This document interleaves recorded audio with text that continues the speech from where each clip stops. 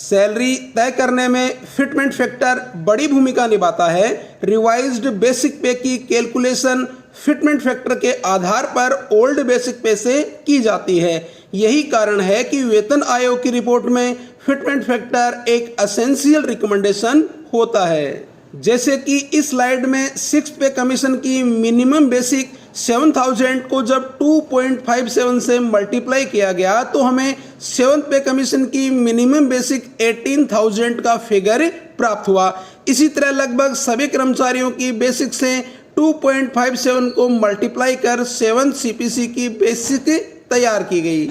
तो इस वीडियो में बात होगी सिर्फ फिटमेंट फैक्टर की। वह फिटमेंट फैक्टर ही है जिससे आपकी बेसिक पे को मल्टीप्लाई किया जाना है, जैसा कि 7th पे कमीशन में किया गया था। आपको बता दें कि फिटमेंट फैक्टर कितना होगा, ये इस बात पर निर्भर करेगा कि पे कमीशन लागू होने के समय डीए का रेट क्या होगा। इसके अलावा फिटमेंट फैक्टर आयोग या सरकार द्वारा तय की गई वेतन वृद्धि पर भी निर्भर करता है। तो आइए बात करते हैं 8th पे कमीशन में होने वाली वेतन वृद्धि की। आपको सोशल और प्रिंट मीडिया में 35 से 50% तक की वेतन वृद्धि दिखाई जा रही है, लेकिन हम यहाँ भावनाओं में नहीं बहकर फैक्ट के साथ बात करेंगे।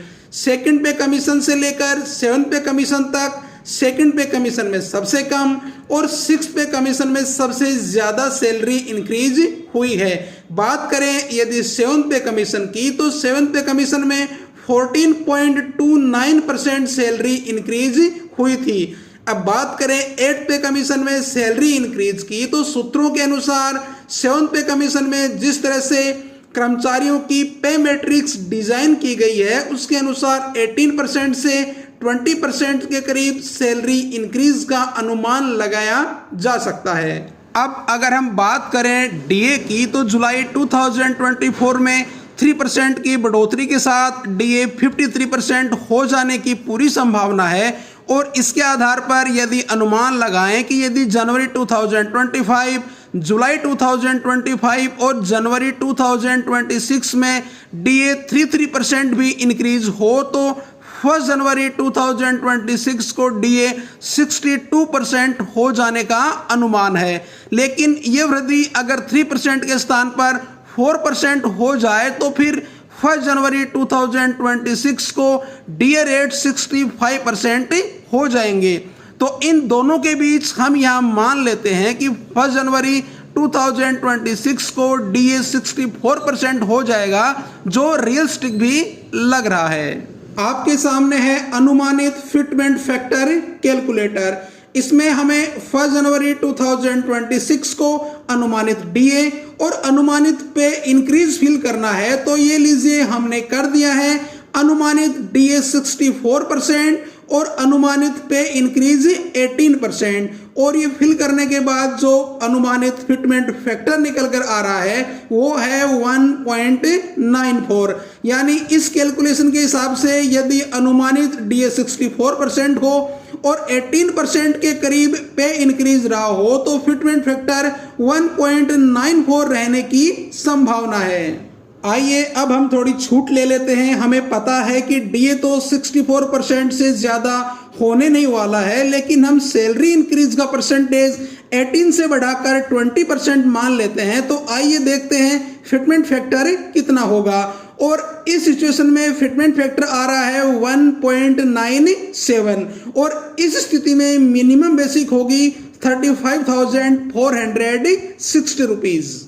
आइए अब हम थोड़ी छूट और लेते हैं। हमें पता है डीए 64 से ज्यादा नहीं होने वाला, लेकिन हम सैलरी इंक्रीज का परसेंटेज 20 से बढ़ाकर 25% कर लेते हैं। तो आइए अब देखते हैं कि फिटमेंट फैक्टर कितना होगा। और ये इस सिचुएशन में आ रहा है 2.05 और इस स्थिति में मिनिमम बेसिक होगी 36,900 रुपीज। तो ये तो सीपी के कॉर्नर का कैलकुलेशन है कि फिटमेंट फैक्टर 1.94 से लेकर 2.05 तक रह सकता है। अब बात करेंगे फिटमेंट फैक्टर 2.25 से लेकर 3.68 हो जाने की।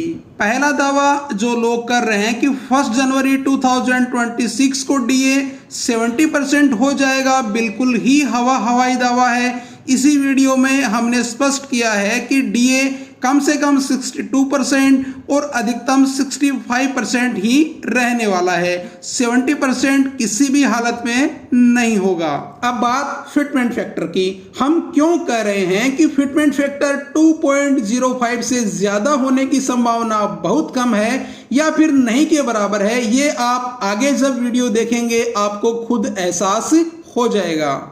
अगर आप इस स्लाइड पर नजर डालेंगे तो आप देखेंगे कि सरकार यदि 30% सैलरी इंक्रीज करे तब जाकर फिटमेंट फैक्टर 2.13 हो पाएगा।